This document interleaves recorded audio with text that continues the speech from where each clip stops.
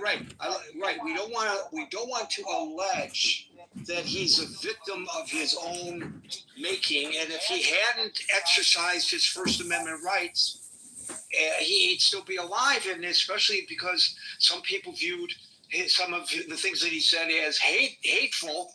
So, we don't want to imply that he got what he deserved. No, so but also, I don't believe that when a person dies, whether it's violently or otherwise, that we should ignore them. Ignore certain parts of who they were when they were alive.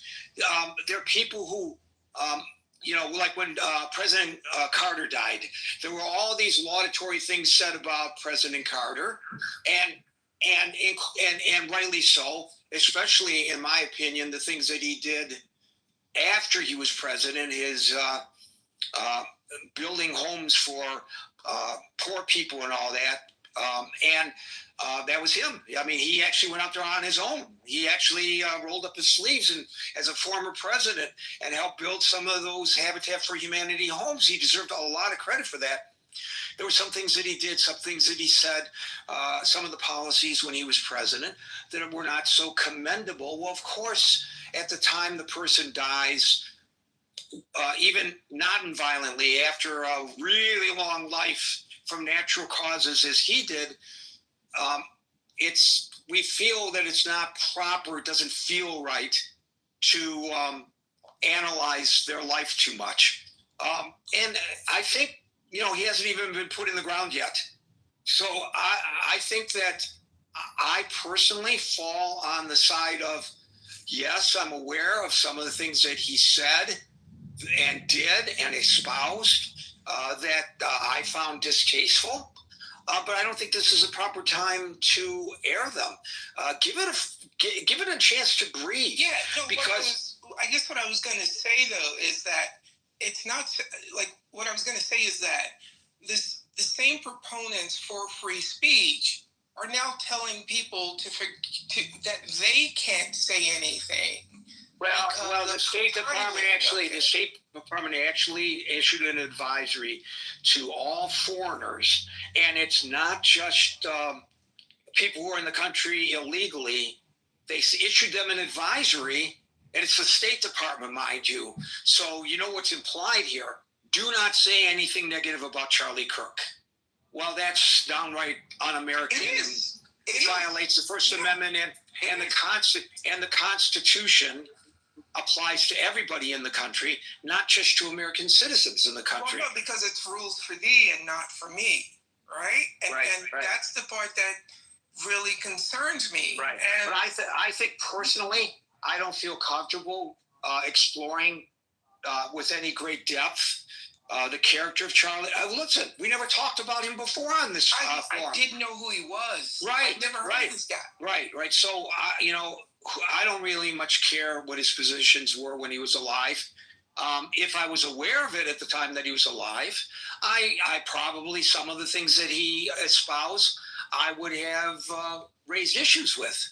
But I never followed him. I knew who he was, of course, but I never followed him closely enough to take a microscopic look at the positions he took. So I happen to fall in the category of, let's just, let the air breathe a little bit. And, in a week or two, if you want to talk about Charlie Kirk and what he stood for, and the people who now feel that they have to pick up the gauntlet, and whether that's good for America or whether it's problematic, I think that's a fair thing to do. But I think at this moment, I personally am not comfortable with that kind of discourse. But you are right. If people do feel comfortable, they have the right to say it, and they shouldn't be shut down. You're correct. That was my only point. So have a good weekend, guys. Thank you, Daryl. Jaya, I'm going to apologize to you now. We're not going to get to you. You got on the stage too late. The rule is anybody who comes on stage after. No worries. We'll get to you next time. Get in here before 5 minutes to 6 Eastern time. What's that? I wanted to say Kiddush for Charlie prayers. All right. Well, you can say Kiddush for him all you want, but not here, unfortunately. Daryl, Chris. Oh, Daryl, we just talked to Chris and Anson. Anson will get the last word. Chris? Oh, Gary, I was in a great spirit before you said that last part and cut Daryl off. And I get it. This is your space and not Charlie Kirk's I don't think I cut him off. I don't think I cut him off. Let me I think so you can understand what I'm saying. I think we had a dialogue. I don't think I actually cut him off. I would like to finish what I'm saying so you can understand what I'm saying. Because what you just stated was we should give Charlie Kirk the respect to not speak about his actual words that were not positive.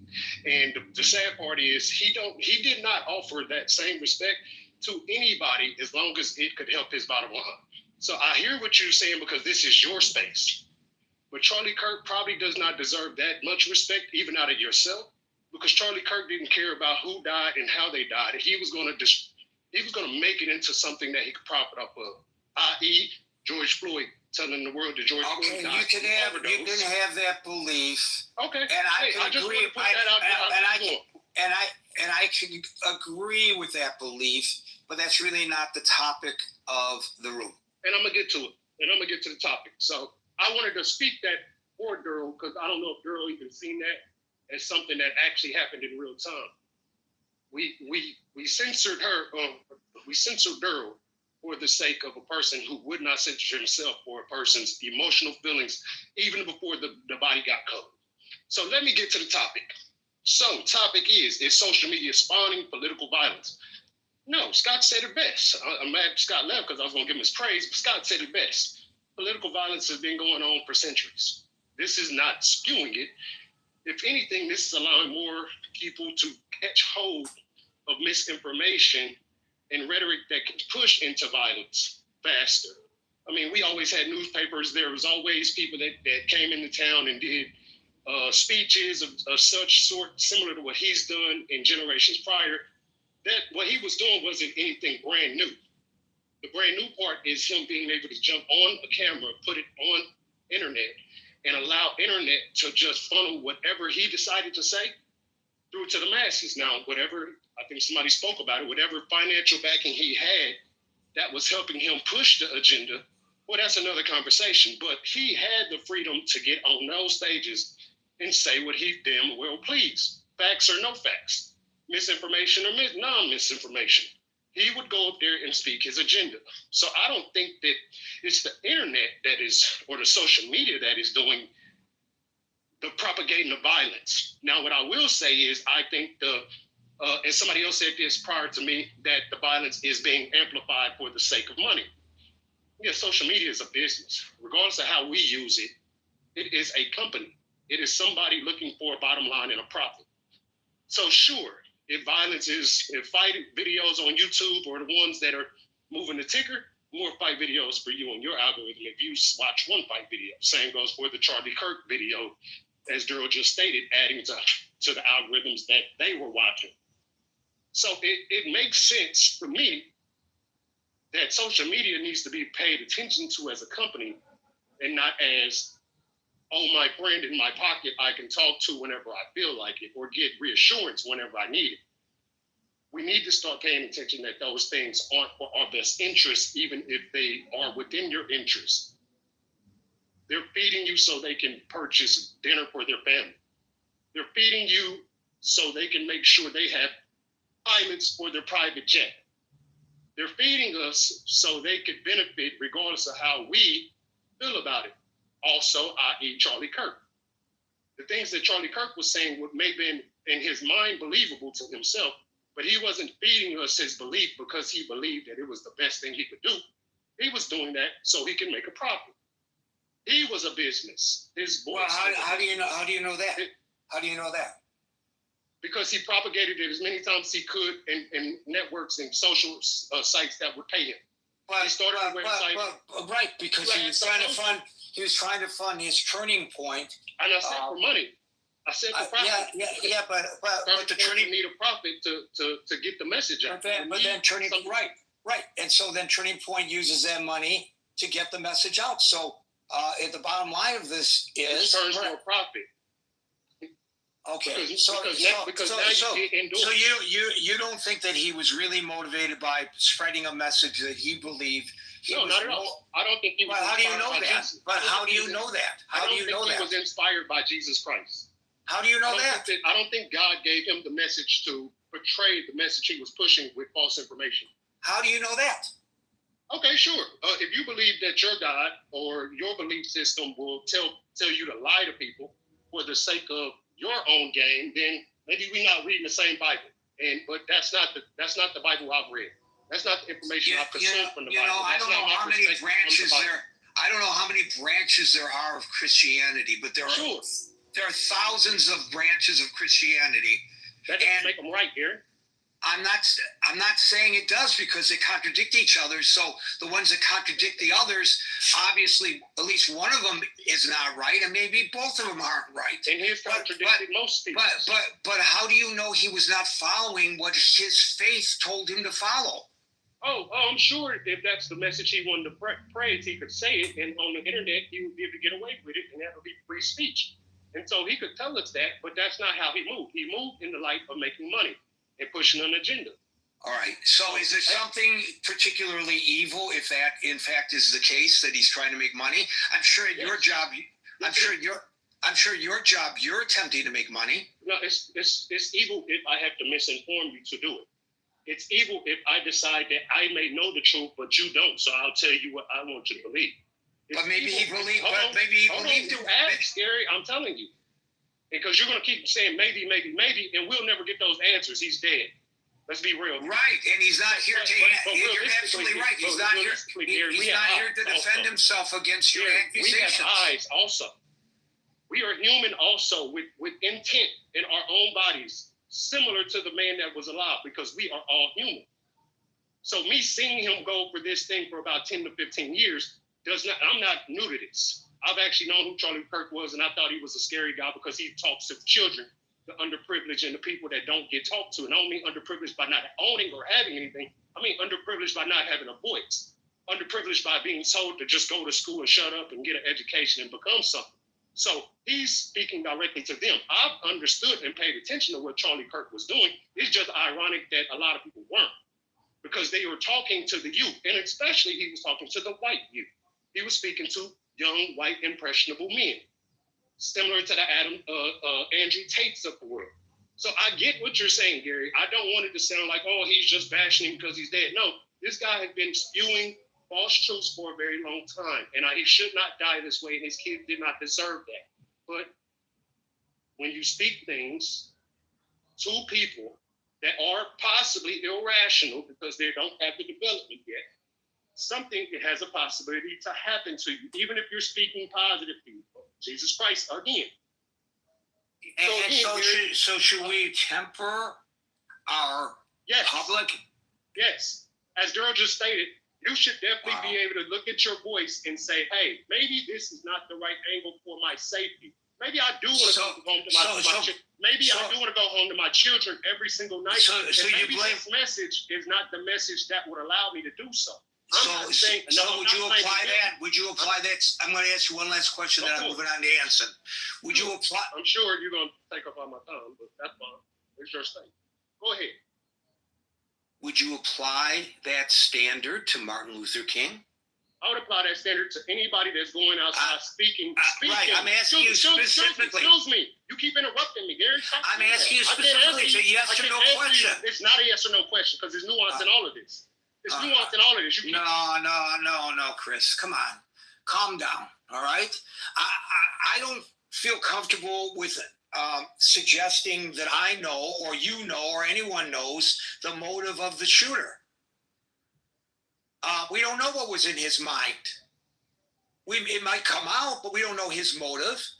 And how do we know what's in the mind and the heart and the soul of another individual? Oh, he's only doing it to make money. Maybe that's true, but I'm not so sure you or I are in a position to reach that conclusion.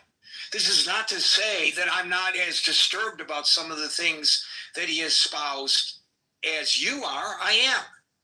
But I'm just saying we have to be careful not to speak for other people. It's happened to me on this stage many times, and I've shut the person down for trying to speak on my behalf because I'm perfectly capable of speaking for myself. People can ask me, and I'm happy to answer them, but don't speak on my behalf. If after I speak, you think I'm lying, you question my veracity, that's on you. But I try to be as forthright as possible. He's not here to defend himself against the accusation that he was just motivated by money. And I don't think it's fair to do that, even if I find some of what he espoused to be as distasteful as you do. And that's the only reason I interrupted you. And it's not a question of it being my stage. It's a question of how I want the conversations to be approached in this forum. Anson, you get the last word. Stan, you came up late. Anson, you get the last word. The only reason I came up was to answer the question of the room directly with an emphatic yes. I do believe that social media is fanning the flames to a greater extent than I've ever seen the fans flamed in my lifetime. And Scott, when you mentioned the late 60s, I was an adult in uniform and I lived through that time. And I know exactly what you're talking about. But just imagine had the internet been up and running, how fast and farther, how much faster and farther that stuff would have spread. But I don't have any, Howard, I haven't done any deep research, so I don't have any statistics for you. But that's my observation. And the example I was going to provide was just yesterday, there was a shutdown at my alma mater, the Naval Academy, because of allegations of an active shooter. And I finally found out this morning what went on, and I didn't find out from the Washington Post or online or anything. I found out by a direct quote that was forwarded to me by a classmate who happens to live in Annapolis that came from the Commandant of Midshipmen.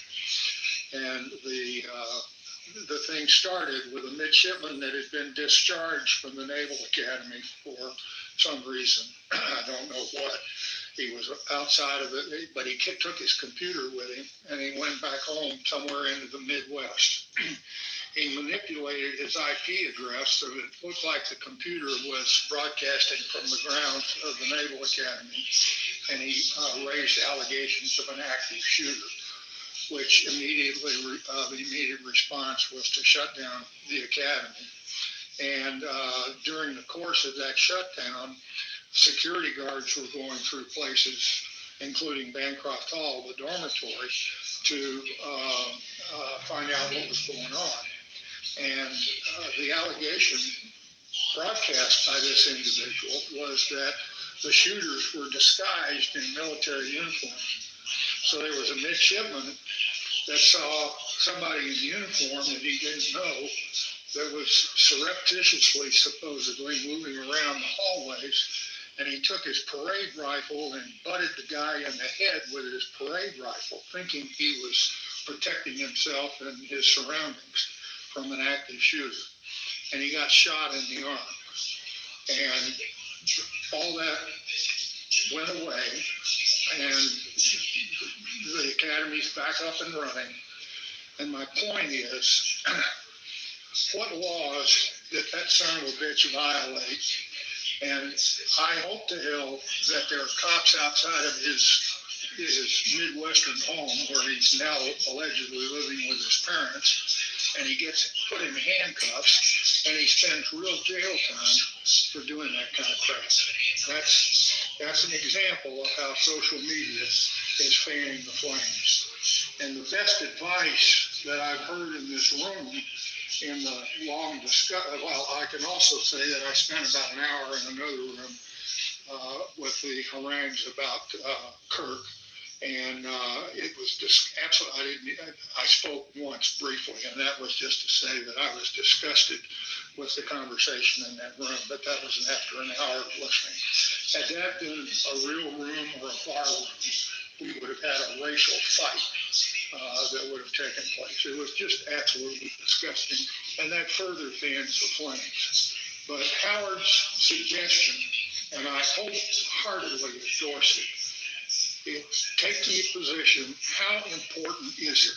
All the crap that goes on and what we listen to and what we think. How important is it? And just don't let it upset you. Walk away from it. Don't come back for a while. Cool off, and then try to re-engage in a more rational way. And that's the best way I know of as to how to handle the crap that we hear on social media. Thank you for that, Anthony. Folks, we're here Monday through Friday from 5 p.m. to 6 p.m. New York time. So till 5 p.m. New York time on Monday for the next edition of the Critical Thinking Forum. Everybody be safe, be well, have a great weekend, and peace out. And the other question that somebody asked is, am I planning to continue the coaching after the fall? And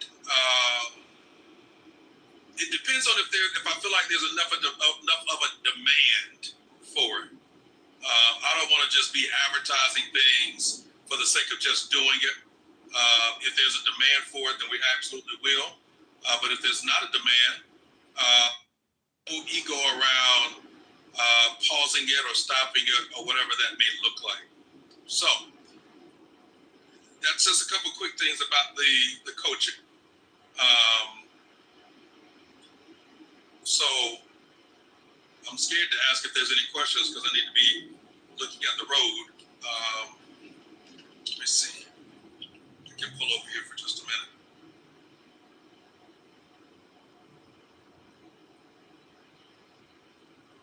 Listening to the replay from this morning.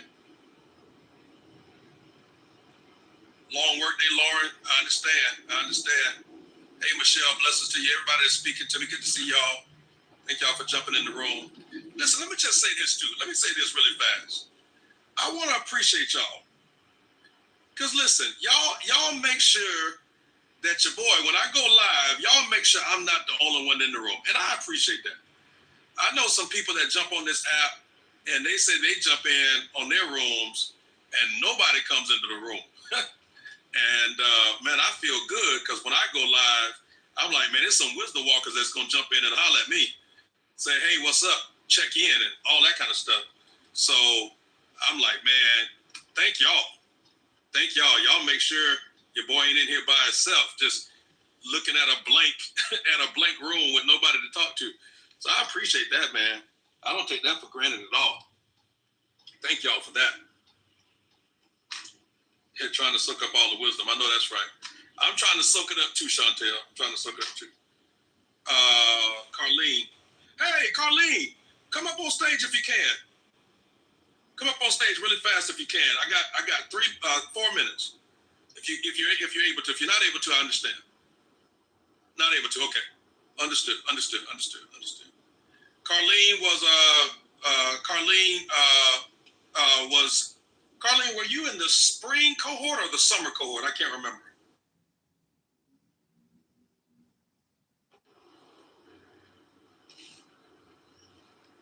Spring, okay.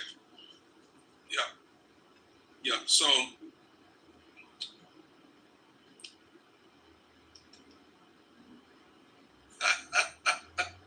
I appreciate that, Tanisha. Thank you.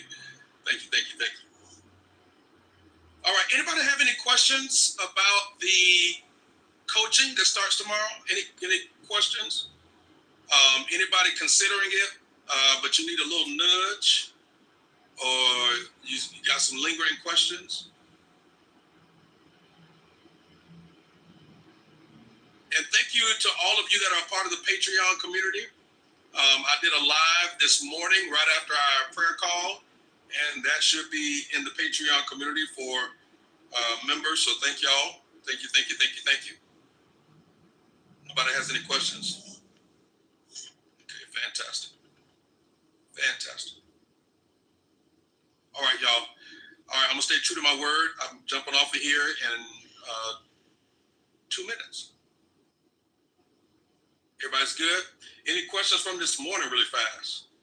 Any questions from this morning really fast? Any questions from this morning really fast?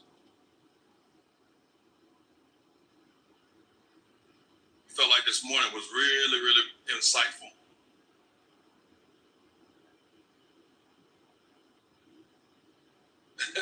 I see that, Mama Lisa. Thank you.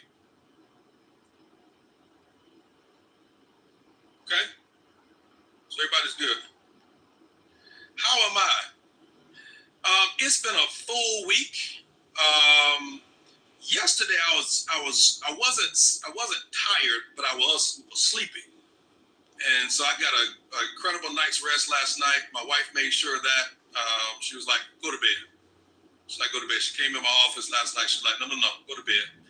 So I went to bed at a reasonable time, and I'm excited about Sunday.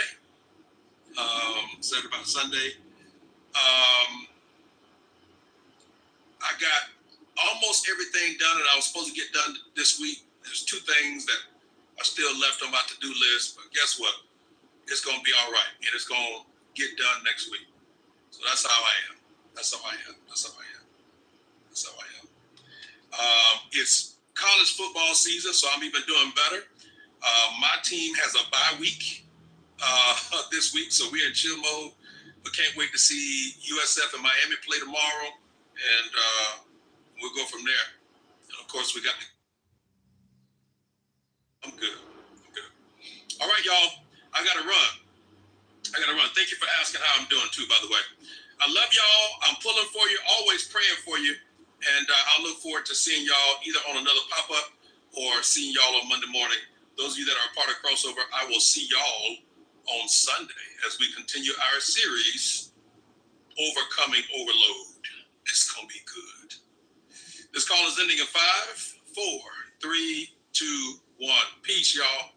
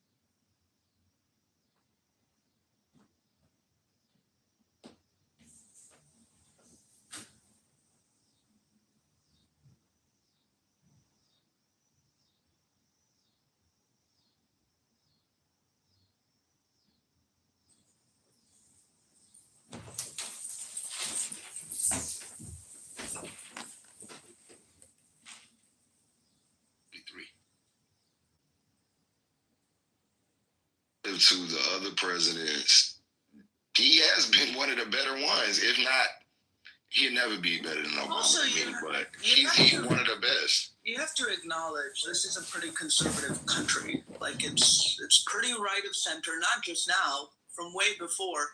That's the only way Democrats win anything is by, I don't know if it's still working now, but claiming to be quote unquote moderate and moving to the right. Like the country is very conservative. Hey, so I'm gonna just give the points just to wrap it all up.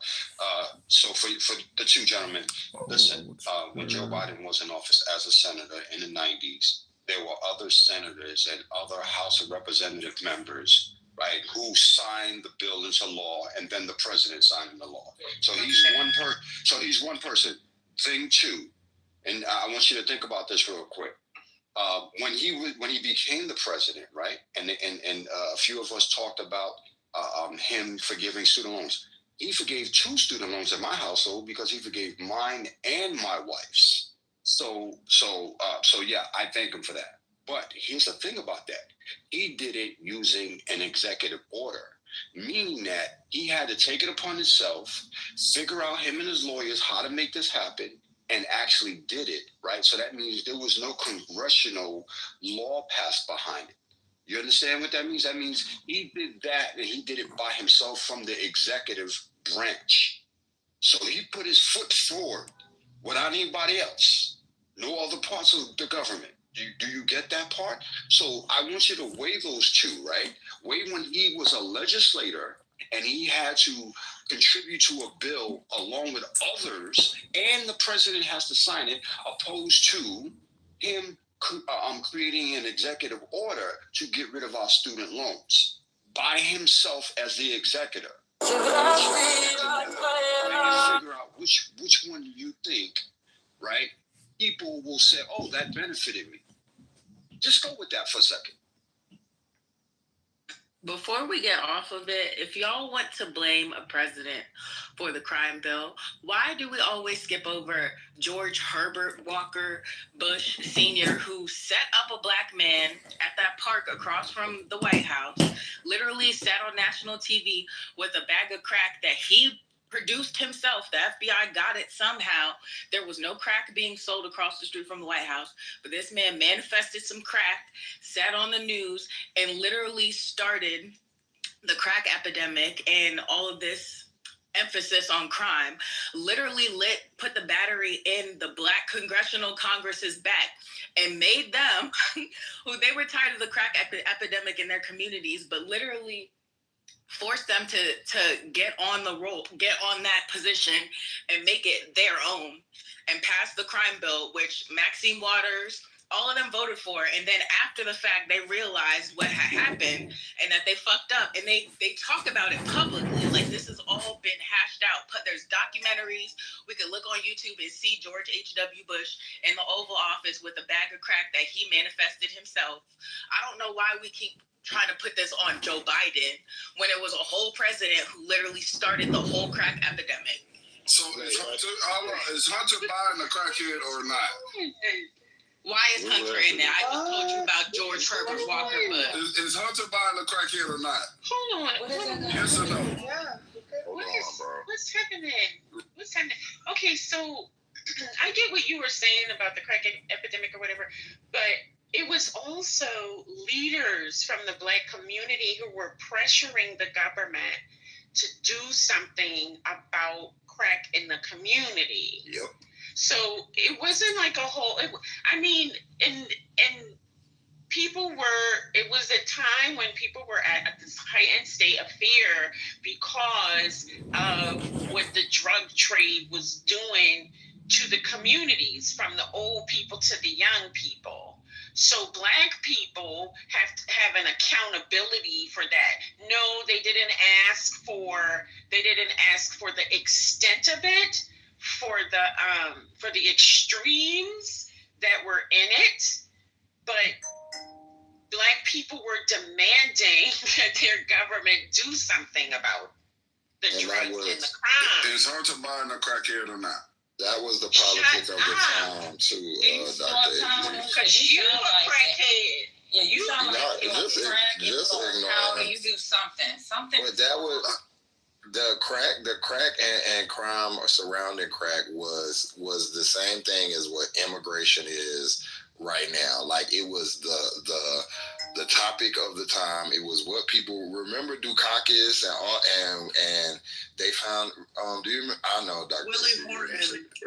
Yeah, that was a big thing, and that was what you ran on, just like how people do trans and immigration and whatever that was